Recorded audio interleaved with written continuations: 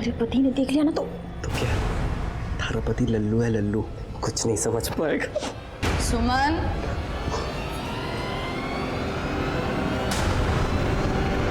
सुमन चाय बना दे।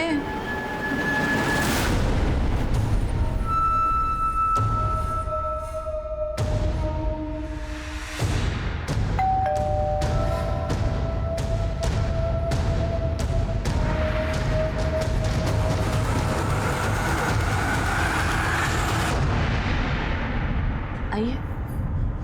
आपसे एक बात पूछनी थी। जी। क्या आप शगुन और अंगद के बारे में जानते थे?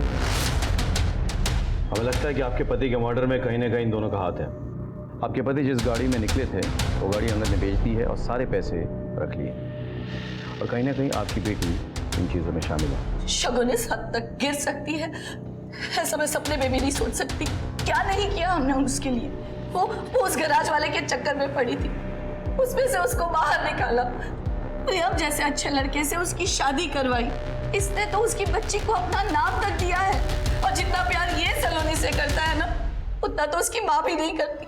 शगुन शादी के बाद भी अपने पति की नहीं हो सकी। लोग तो प्यार में अपनी जान दे देते हैं, और उसने अपने बाप की जान ले ली। नफरत करती हूँ मैं उससे। चाची साहब आप चिंता मत कीजिए, शगुन ने कुछ नहीं किया होगा। संभालिए अपने आप को।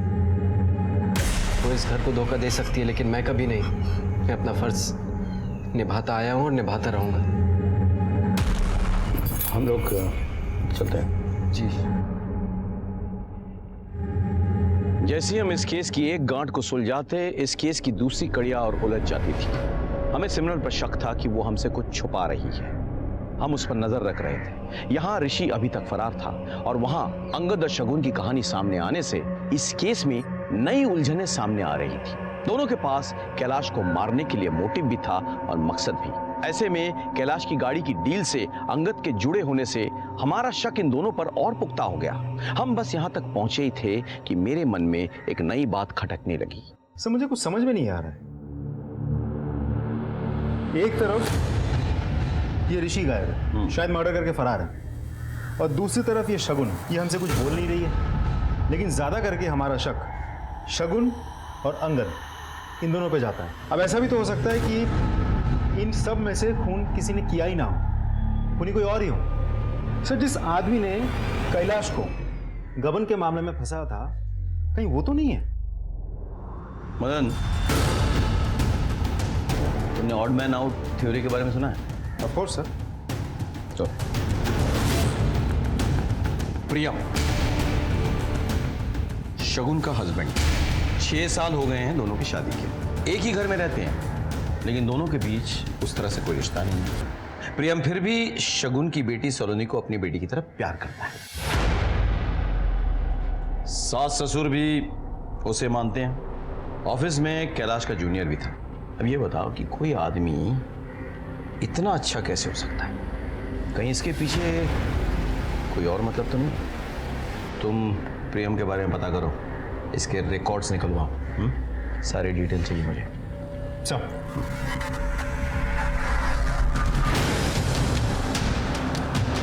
प्रेम जी वो तो काफी मेहनती इंसान है, बस अपने काम से काम रखते हैं। उर्मिला मासा बहुत पसंद करती थी प्रियम जी को। प्रियम आ जाओ, खाना खा लो। आज मैं खास गाजर का हलवा बनाकर लाई हूँ। वाह बढ़िया। आपके लिए नहीं है, आप अपना परहेजी वाला खाना खाइए। ये तो खास प्रियम के लिए है। तुम्हें और भी कुछ पसंद हो ना, बताना, मैं बना दूंगी। Thank you. उर्मिला मासा के कहने पर ही कैलाश जी ने अपनी बेटी की शादी प्रियम जी से करवा दी। वो अनाथ थे ना, इसलिए साथ रहने लगे थे। लेकिन सुनने में आया कि कैलाश जी की बेटी शगुन कुछ ठीक नहीं है। सर ये प्रियम तो बिल्कुल क्लीन लग रहा है। इसको ऑफिस में भी उसके बारे में सब अच्छा ही बोल रहा है। एक इंपॉर्टेंट न्यूज़ है, कैलाश का जो भाई है प्रजापति, उसके साथ कैलाश की थोड़ी नाराजगी थी। किस बात में? जमीन को लेकर। मैं दिखाता हूँ सर।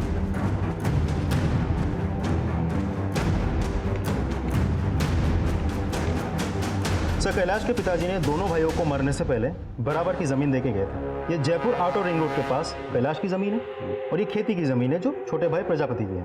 अब ये रहा हाईवे जो कैलाश की जमीन के बगल में से बन रहा है। इसके वजह से कैलाश की जमीन की कीमत छोटे भाई प्रजापति की ज़मीन की कीमत से बहुत ज़्यादा बढ़ गई है।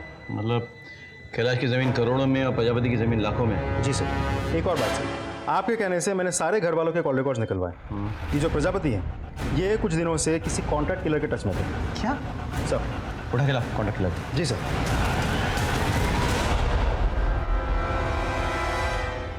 ये मौत की खबर पड़ रहा है।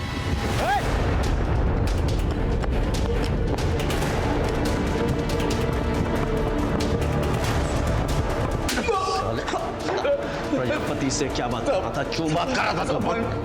साहब उसने अपने भाई को मरवाने की सुपारी दी थी साहब। जल्दी उठा ला। सर। क्यों मरवाया अपने भाई को? बोल। क्या बकवास है साहब? हम शरीफ लोग हैं साहब।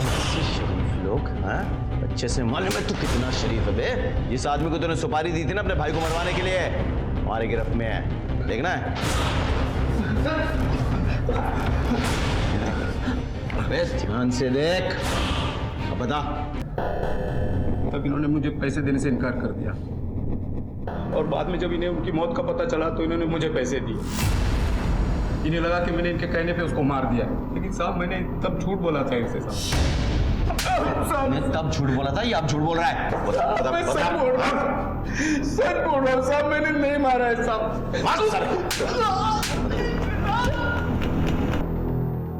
सर आपने कैलाश के ऑफिस के लोगों की जन्म कुंडली निकालने के लिए कहा था ना?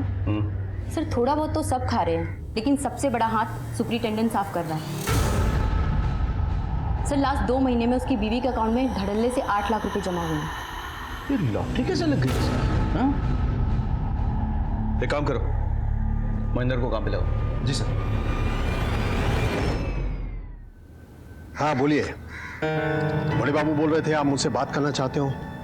तो सर क्या बताऊं, शर्मा जी तो केवल नाम के बड़े हैं, बाकी सारे बड़े काम तो आप ही करते हैं।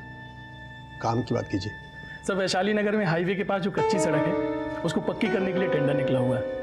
मैं चाहता हूं सर अगर ये टेंडर मुझे मिल जाए तो। आप भी बाकी लोगों तरह टेंडर भर दीजिए, जैसा बोली लगेगा वैसा मिलेगा। सर अब इतना क्या घुमाना, सब कुछ तो आपके ही हाथ में। क्या है ये? कुछ नहीं सर, मिठाई है। बंद करो इसे, बंद करो और बाहर निकलो। सर मेरी बात चलो बाहर निकलो। सर मैं कह रहा हूं बाहर निकलो।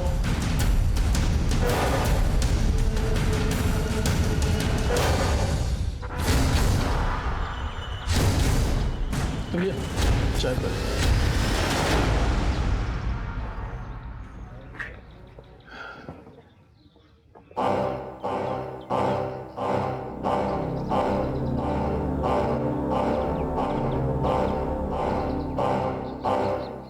क्या भाई, सरकारी मंदिर पहली बार आए हो क्या? मंदिर जाते हो तो प्रसाद खुद ही चढ़ाते हो या पंडित जी चढ़ाते? पंडित। यहाँ का पंडित मैं हूँ। यहाँ के देवता के पास प्रसाद हम पहुँचाते हैं। ये प्रसाद हमें दे दो। और सुनो, फॉर्म भर देना, तुम्हारा काम हो जाएगा। ठीक है?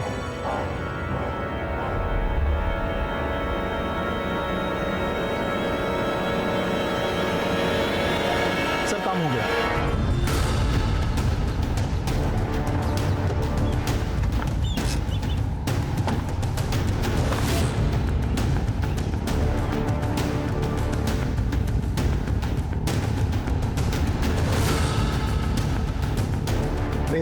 सर्च वारंट आपके ऑफिस की तलाशी लेनी है हमें। लेकिन हमने क्या किया? प्लीज इंटरफेयर मत कीजिए, बैठ जाइए।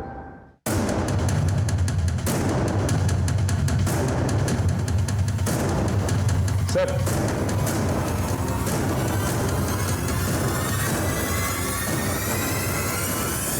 ओह, मिठाई का डब्बा। जी वो तो बस वो महेंद्र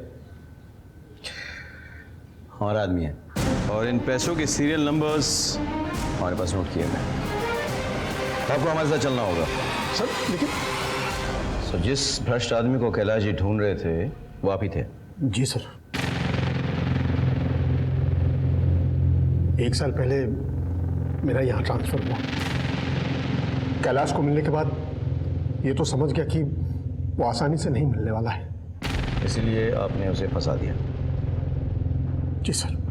जो भी टेंडर पास होता उसकी फाइल पहले कैलाश के पास जाता, उन्हें चेक करता और मुझे देता। और मैं बस उस पर सिग्नेचर करता। पीएम ने धोखे से बहुत सारे टेंडर्स की फाइल्स पर उसके सिग्नेचर ले लिए, तो मैंने पैसे खाकर अपने पास भी कर दिए। इस बीच कैलाश ने एक आदमी का पेमेंट लूट दिया। सर ऐसे कैसे आप मेरा चेक नहीं दोगे सर? आपने ही तो टेंडर पास किया है ना। आपने जो कोटेशन सबमिट किया था वो देखा है हमने, आपके कंपनी का प्रोफाइल भी देखा है, तो उसके अनुसार आपको ये टेंडर नहीं मिल पाएगा। हमें और थोड़ी स्क्रूटिनी करनी पड़ेगी। अरे मैंने मार्केट से पैसा उठा लिया है और लेबर को पेमेंट भी कर दिया है। मुझे मेरा चेक चाहिए। ये आपकी फाइल है, ये देखी मैंने। इसे देख के लगता नहीं कि आप इस टेंडर को पूरा करने के लायक भी हो। आपको चेक मिलेगा या नहीं मिलेगा ये आपको अभी पक्का नहीं बोल सकता। ए ऑफिसर, क्या मेरा चेक वापस नहीं देगा? लेके जाऊंगा अपना चेक, समझ में आई ना? साले धांधली करता है, पैसा खाता है, ऊपर से ठेंगा दिखाता है। मुझे मेरा चेक चाहिए, समझ में आया ना? और चेक लेके रहूंगा। उस आदमी ने बहुत पंगा किया सर। मुझे भी मौका मिल गया कैलाश के अगेंस्ट इंक्वायरी बिठाकर उसे सस्पेंड करने का, लेकिन कैलाश कहाँ मानने वाला था। उसे तो ये पता लगाना था कि इन सब के पीछे किसका हाथ था। उसने ये पता लगा लिया। जी sir. So deal is done. ये टेंडर आप ही को मिलेगा। बिल्कुल। आप दोनों मिले हुए हो? नहीं कैलाश, ऐसा कुछ नहीं है, तुम गलत समझ रहे हो। मैं सब समझ गया सर। देखो, तुमने यहाँ जो भी देखा है ना, सब भूल जाओ और अपने मुंह पे ना ताला मार लो और रास रचाओ ना अपना। मैं किसी से डरने वाला नहीं हूँ, ये बात मैं सबको बता दूंगा। नहीं कैलाश, तुम ऐसा नहीं कर सकते। देखो मेरी नौकरी चली जाएगी, मुझे जेल हो जाएगी। सर आपको पहले सोचना चाहिए था ये सब। एक मिनट, ऐसे नहीं मानेगा। इसीलिए उन्होंने उसे मार डाला। नहीं सर, वो तो उस दिन वहां से भाग गए थे। झूठ बोल रहे हैं आप। मुझे सबका नाम और पता चाहिए।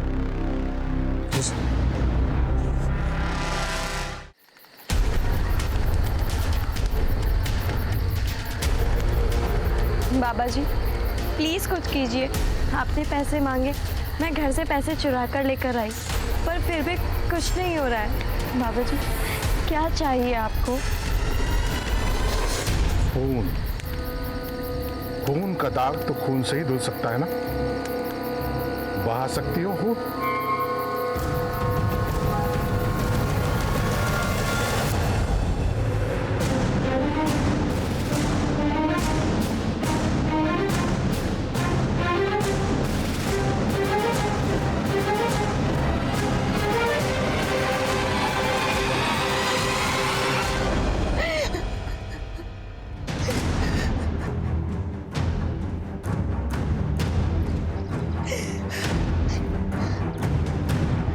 कैसे हुआ ये सब?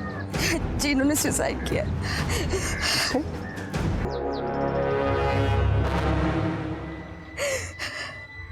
क्या हुआ था इनके साथ? झगड़ा हुआ था? आप मेरी पत्नी से ऐसे सवाल जवाब क्यों कर रहे हैं? क्योंकि आपकी पत्नी के साथ प्रियम का अफेयर चल रहा था और वो दोनों एक दूसरे को जो मैसेजेस भेजते थे वो सारे मैसेजेस यहाँ हैं, देखिए।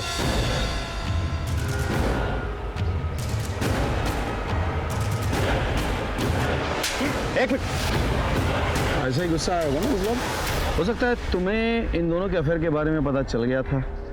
अबे तुम्ही ने प्रियम को छत से, अगर मुझे मालूम चला होता ना तो मैं इन दोनों को पहले ही मार दिया होता। अरे आप लोग ये क्या बातें किए जा रहे हैं? इन्होंने सुसाइड किया, नोट पे लिखा था ना। कोई भी लिख सकता है वो। हैंडराइटिंग एक्सपर्ट उसे साबित कर भी देंगे। एनीवे, बॉडी पोस्टमार्टम के लिए भेजो। हम मैडम टेस्ट करेंगे। जी सर। ये खुद गिरा और ये किसी ने धक्का मारा। देखो, देखा? सर इतना तो साफ है कि प्रियम ने सुसाइड नहीं किया, तो फिर सुसाइड नोट पे सिग्नेचर किसने किया? मतलब हो सकता है कि प्रियम का कोई ना कोई ताल्लुकात हो कैलाश के मर्डर से। लेकिन सर उसके बारे में तो हमने पहले ही चेक किया था, प्रियम तो क्लीन था। फिर से चेक करो सारे डिटेल्स, सिर्फ प्रियम के नहीं, प्रियम जिन जिन लोगों से टच में था उनके भी, और घर वाले पे नजर रखो। सब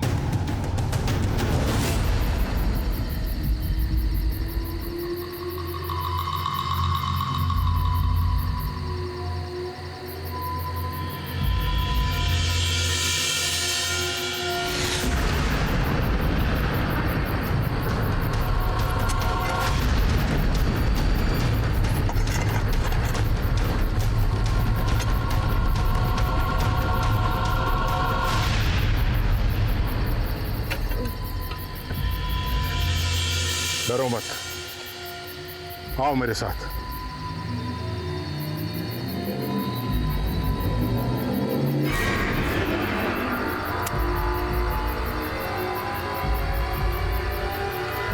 ले, जला दे इसे।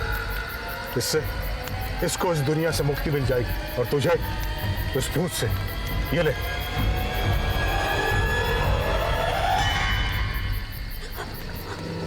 पकड़ो इसे, पकड़ो। ये लो, ले चलो। सर मैंने कुछ नहीं किया सर मैंने कुछ नहीं किया। इस अंदर लेके जाओ, हमें इससे भी पूछताछ करनी है। जाइए आप। Okay sir. सिमरन, वो लाश किसकी थी? ऋषि की?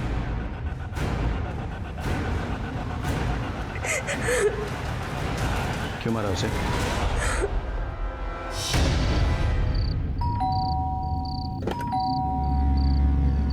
वापस आए थे क्या? वो कहीं नहीं मिल रहे हैं। हाँ है ना, अंदर बेडरूम में। आओ। बाबा साहब, बाबा साहब, बाबा साहब, बाबा साहब, बाबा साहब। बाबा से नहीं है, मैं हूं ना। क्या क्या मजाक कर रहे हो? मजाक नहीं कर रहा हूँ। अब तू तो जानती है ना कि मैं तुझे कितना लाइक करता हूँ। बकवास बंद करो, शर्म नहीं आती तुम्हें? भाई हो तुम मेरे। तो शादी थोड़ी करनी है तुझसे, बस थोड़ा टाइम। हाँ छोड़ो मुझे, बस थोड़ा टाइम। ऋषि, सिमरन समझने की कोशिश कर, बस थोड़ा टाइम। ऋषि प्लीज छोड़ो मुझे। थोड़ा टाइम सिमरन। ऋषि छोड़, ऋषि छोड़, ऋषि छोड़ो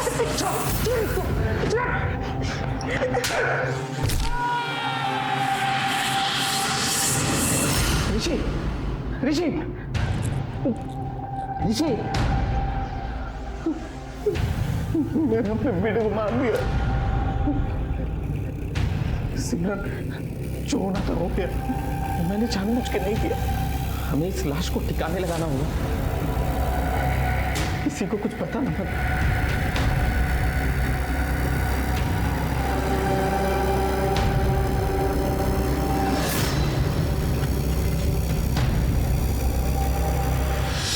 मुझे बार बार ये लग रहा था कि ऋषि का भूत मेरा पीछा कर रहा है। ऋषि की मौत मेरे कारण हुई है, बस इसीलिए मैं उन बाबा जी के पास गई और उन्होंने मुझे ऋषि के कंकाल को जलाने के लिए कहा। मुझे माफ कर दीजिए सर। सुनो, देखो, ऋषि की मौत तुम्हारी गलती से नहीं हुई है, लेकिन पुलिस को रिपोर्ट नहीं लिखाया, ये तुम्हारी गलती है। हेलो खुलिया सर। अच्छा सर, कम से कम अब मैं अपने बेटे के मौत पर खुलकर रो तो सकूंगा सर। लेकर आओ ना। चलिए सर। प्रियम की पोस्टमार्टम रिपोर्ट आ गई है। बॉडी पे कोई स्ट्रगल के मार्क्स तो नहीं है, लेकिन छत से गिरने की वजह से स्कल फ्रैक्चर हुआ और उसकी मौत हो गई। तो फिर सर, हमें जो सुसाइड नोट मिला था वो जाली है। सीधे तौर पे तो नहीं, लेकिन जिस कॉन्ट्रैक्टर ने उस जमीन को खोदने के लिए कहा था जहां से हमें कैलाश की लाश मिली थी, वो प्रियम के टच में था। सर, मैंने खुद इस कॉन्ट्रैक्टर से बात की तो पता चला कि प्रियम ने ही उसको उस जमीन का टेंडर दिलवाया था। मदन, मुझे सारे एविडेंसेस, डॉक्यूमेंट्स चाहिए, फोटोग्राफ्स भी चाहिए फिर से। सर, जरा सोचो, जिस सड़क से बॉडी मिली उसी सड़क पे काम का टेंडर प्रियम ने दिलवाया। उसके बाद प्रियम की बेटी गायब हो जाती है और फिर खुद ब खुद मिल भी जाती है। सलोनी का रिपोर्ट लिखाने के लिए प्रियम के घर वाले इसी पुलिस स्टेशन में आते हैं और इस तरह से हमें उर्मिला का पता चल जाता है। जब ये सब कुछ इत्तेफाक तो नहीं हो सकता। एक और चीज़ देखो, ये जो बच्ची की फोटोग्राफ है, छोटी वाली और ये वाली, दोनों के पीछे सेम स्टूडियो के वाटर मार्क्स हैं। अच्छा, इसकी फोटोग्राफ कौन लेके आई थी? सर, सलोनी की माँ शगुन। ये रे। अरे बस स्टूडियो से पता करो। सर, आप कैलाश जी की कत्ल में प्रियम के साथ मिली हुई थी। ये वो फोटोग्राफ है जो आपने पुलिस स्टेशन में सबमिट किया था सलोनी की मिसिंग कंप्लेंट के लिए, और ये वो फोटोग्राफ है जो कैलाश जी के गले के लॉकेट में मिली थी। हमने स्टूडियो में पता किया। मजे की बात यह है कि ये फोटोग्राफ गले के लॉकेट में कैसे पहुंची, पता ही नहीं चला। प्रियम कब इतना अच्छा लगने लगा, इतना अच्छा कि उसे अपने पास रखने के लिए मैं कुछ भी कर सकती थी। किसी भी हद तक जा सकती थी, इसीलिए अपनी बेटी की शादी करवाई उससे। लेकिन कैलाश को हम दोनों के बारे में पता चल गया।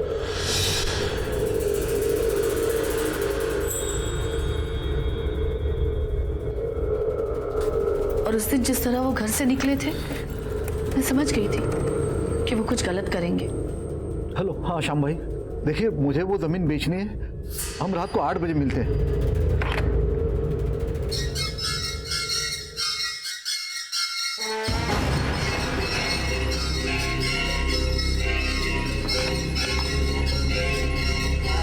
भाई साहब, यही बताने के लिए फोन किया था आपको कि वो नहीं आ पाएंगे, उनकी अचानक तबीयत खराब हो गई है। वो अपनी जमीन बेचना चाहते थे और मैं ये होने नहीं देना चाहती थी। आपको हम दोनों के बारे में सब पता चल गया है ना, तो छुपा क्यों रहे हो? किस मुंह से बोलूं?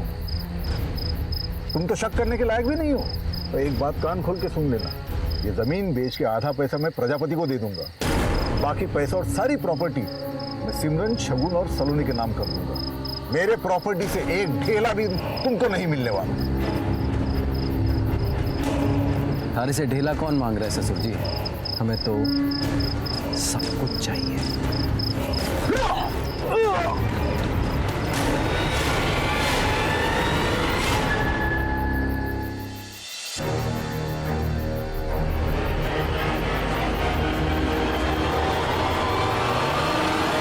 बॉडी को क्यों निकलवाया? क्या हुआ आपको? जब तक ये साबित नहीं हो जाता कि कैलाश मर चुके हैं, उनके बैंक का पैसा मुझे नहीं मिल सकता, क्योंकि मैं सिर्फ नॉमिनी हूं, जॉइंट अकाउंट होल्डर नहीं।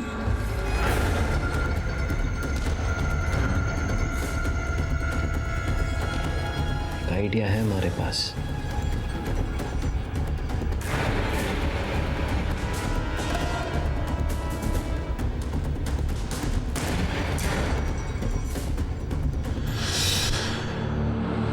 प्रियम को क्यों मारा?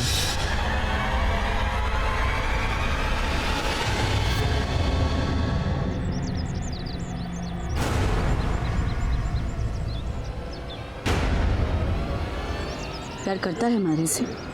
बिल्कुल। कितना?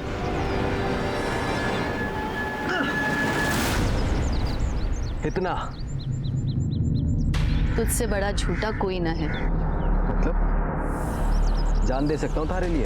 अच्छा,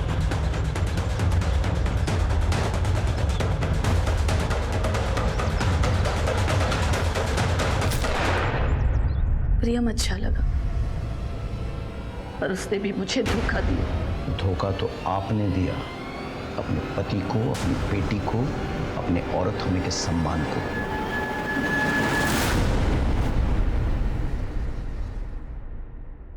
जब ये नाजायज रिश्ता पनप रहा था तो क्या कैलाश जी को इस बात की दस्तक नहीं मिली? क्या कैलाश जी को इस बात की दस्तक नहीं मिली कि प्रियम उनके घर में किसी मतलब से रह रहा है? जब कैलाश जी ने उर्मिला और प्रियम को एक साथ देख लिया, तब भी उन्हें यह दस्तक नहीं मिली कि वो उसके साथ कुछ गलत कर सकते थे? घर में इतने लोग रह रहे थे, कितना कुछ गलत हो रहा था, लेकिन किसी को कुछ नहीं पता। कम से कम शगुन को तो इस बात की दस्तक सबसे पहले मिलनी चाहिए थी। वो तो प्रियम के साथ अपने रिश्ते की सच्चाई जानती थी। क्या उसे कभी नहीं लगा कि प्रियम इस घर में अपने मतलब से रह रहा है? किसी भी रिश्ते में भरोसा रखना बहुत जरूरी होता है, लेकिन आंख बंद करके भरोसा रखना खतरे की दस्तक होती है। सर, मेन मार्केट में एक मर्डर हुआ है, हमें तुरंत निकलना होगा। चलो, इसी के साथ